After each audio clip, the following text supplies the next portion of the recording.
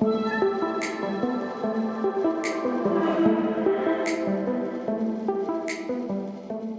everyone, so let's continue our course management education, and we are now on to approach shot strategy. It is far more basic than tee shot strategy for the typical golfer, and it's so basic, the methods I like to use for approach shot target selection, that I could actually explain it to you in 15 seconds, but you probably wouldn't follow my advice if I did that. So I'm going to build my case a little bit, and then I'm going to explain to you why I like such a basic, straightforward approach shot strategy for most golfers. And I will give some caveats at the end. So approach shot play is where golfers separate the most. It is the most important area of the game for scoring. So if you take any level of golfer, a 20 handicap, a scratch golfer, a tour player, the most separation in scoring can be explained by their approach play. In other words, it's incredibly important. While I don't love a lot of the traditional statistics like fairways hit, I explained in the prior lesson how that's not a great indicator of success off the tee. Putts per round is not really a great indicator of how well you're putting. But greens in regulation is an excellent predictor of the scoring level for each player. So much so that if you went down a chart looking at how many greens in regulation a 0 handicap versus a 10, 20, 30 handicap, you'll see that as the scores get lower, the greens in regulation percentage goes higher. And my basic advice to any golfer is that if you want to shoot your lowest scores, you need to build your game around hitting more greens in regulation. And that has a lot to do with skill development. It has a lot to do with your tee shot strategy, keeping the ball in play. And more importantly, it's about keeping things simple with your iron game and trying to get the ball on the putting surface and not getting too cute with it. So let's talk about where most golfers make their mistakes. And it's really the pin. You know, when players take up this game, we're taught a lot about the swing and fundamentals like grip, posture, stance, but no one really sits us down and tells us how to select targets. And we go out on the course and we see this thing sticking out of the ground on the green, and we assume that's our target. And when you do that, if your default strategy is just to aim at every pin, I can guarantee you that your scores are higher than they should be. And it's quite simple how to reverse this trend, but you have to understand why. So going back to proximity numbers, which I mentioned in the second module, PGA Tour players. So we know that a typical tour player from 100 to 125 yards is hitting the ball 15, 20, 25 feet from the pin with a wedge in their hand from the fairway. And that's pretty good for them, obviously. I know a lot of people would assume it's better. But when we look at typical golfers, and I got this data from ShotScope, if you look at proximity numbers from 75 to 125 yards for a scratch golfer, a 10 handicap, the numbers start to get much bigger. We're talking about 40 feet, 50 feet. And certainly when you go further away from the hole to about 150 yards, the numbers start getting even bigger to 60, 70, 80 feet. So the truth is that no golfer has the ability to place the ball where they want. And if you think that you can aim at the pin and get it there within 10 feet most of the time, it's just impossible. So you have to understand that the proximity numbers for almost all golfers are much bigger than we assume. So what are we looking to do with approach shots? I mean, in a perfect world, we are looking to give ourselves a lot of straightforward two-putt pars where we're hitting greens in regulation, not putting much stress on ourselves.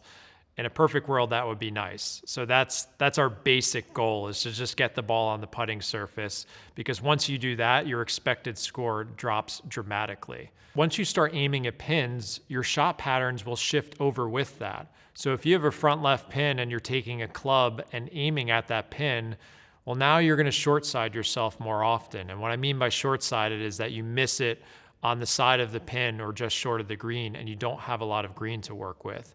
And that's where a lot of average golfers lose their most strokes. When they short side themselves, they're almost guaranteeing that they're going to make a bogey. And a lot of times they'll make double and triple from those situations because they kind of compound their initial mistakes. The main reason I don't like people aiming at the pin is because you're just going to short side yourself so many times that you're losing way more strokes than you're gaining when you actually achieved your goal and hit it 10 feet from the pin. To add insult to injury to that, the payoff isn't really there. So if you refer back to our putting make rate percentages, you know that even if you were really good at these approach shots and hitting it 10, 15 feet from the hole, the odds are you aren't going to make that putt anyway and make the birdie that you were hoping for. So long story short, what I'm trying to tell you is forget about the pin. I would not use it as a target for just about any level.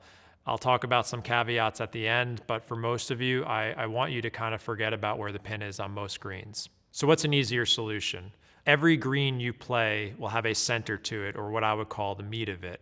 And I think to step up to every ball where you're hitting an iron or approach shot, if you just have this simple goal saying that I'm going to look where the center or meat of the green is and just aim there, I like that for two reasons. First of all, it will center your shot pattern more over the green, so you will actually hit more greens in regulation.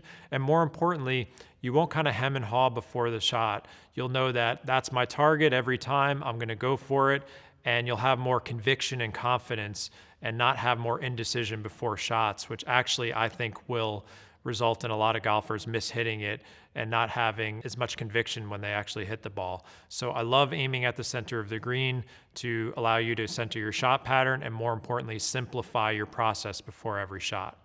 Now let's talk about the more important part. There's the left-right equation to hitting greens and selecting targets, but there's also the long-short or the north-south element, and that's actually more important in hitting greens. So when we start to look at the stats, and I've gotten some help here from a company called ShotScope, seeing where most golfers of all levels are missing greens, we start to see a similar theme emerge.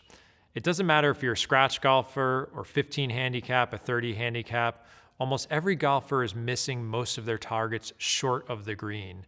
If you look at this chart from ShotScope, you'll see that it doesn't matter what level you're at, almost nobody is missing their greens long. They're all missing them short. And they're not giving themselves even an opportunity to hit the green in regulation. So why is this? Why do most golfers miss the green on the short side? I think there's a few reasons. First off, they don't have accurate yardage information. Maybe they're not using a GPS device. Secondly, they're not honest with their yardages. A lot of golfers will select their targets based on how well they can hit their irons. So if they want to hit it 165 and that's an absolutely perfect shot for their 7-iron, they'll pick the 7. But if they realized and tracked their shots, they would realize that their 7-iron goes closer to 150 or 155. A lot of golfers just aren't honest with how far they're hitting the ball.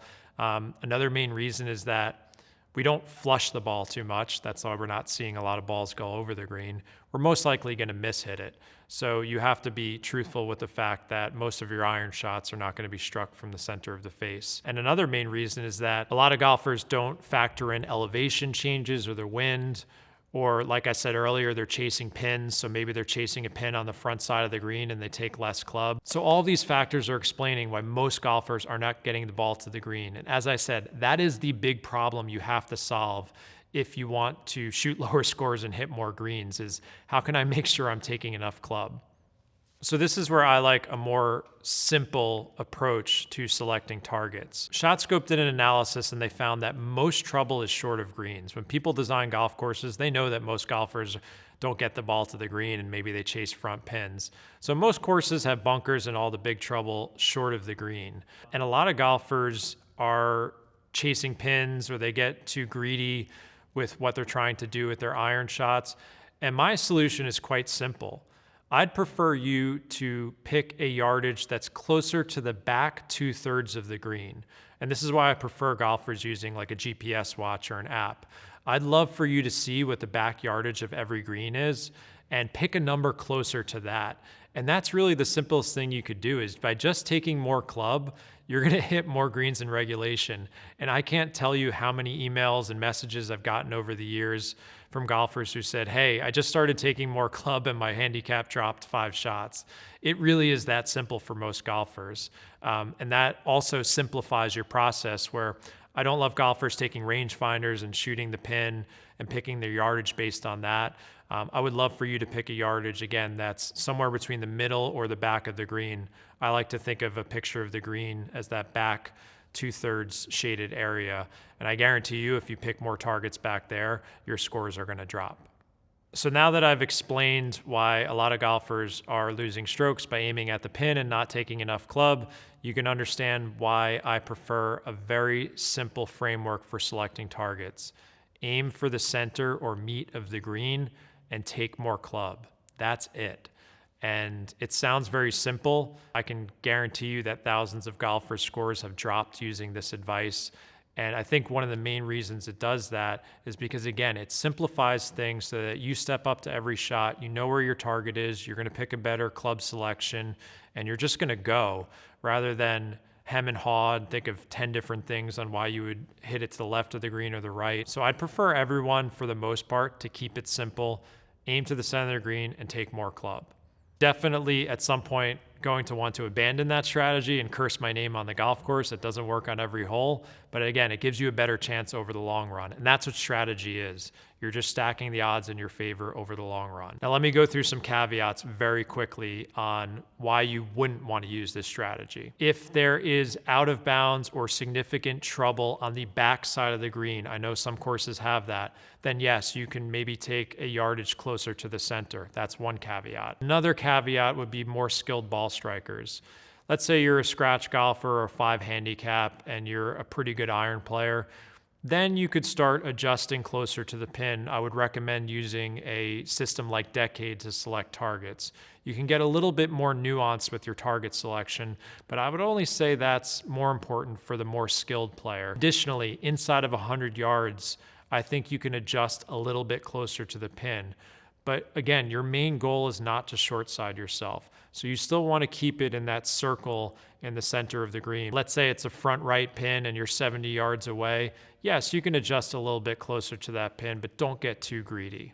Last but not least, if there is big directional trouble on a hole, similar to our tee shot strategy, so let's say there was water on one side of the green or out of bounds or a steep drop off, if there is a big disproportionate penalty on one side of the green, then yes, absolutely, you can aim a little bit away from it so you can adjust further right or left. Overall, our goal with approach shots is to play boring golf, hit as many greens in regulation, and more importantly, when you miss greens, give yourself easier, straightforward wedge shots with plenty of green to work with. And if you do that, I guarantee you your handicap is going to drop significantly.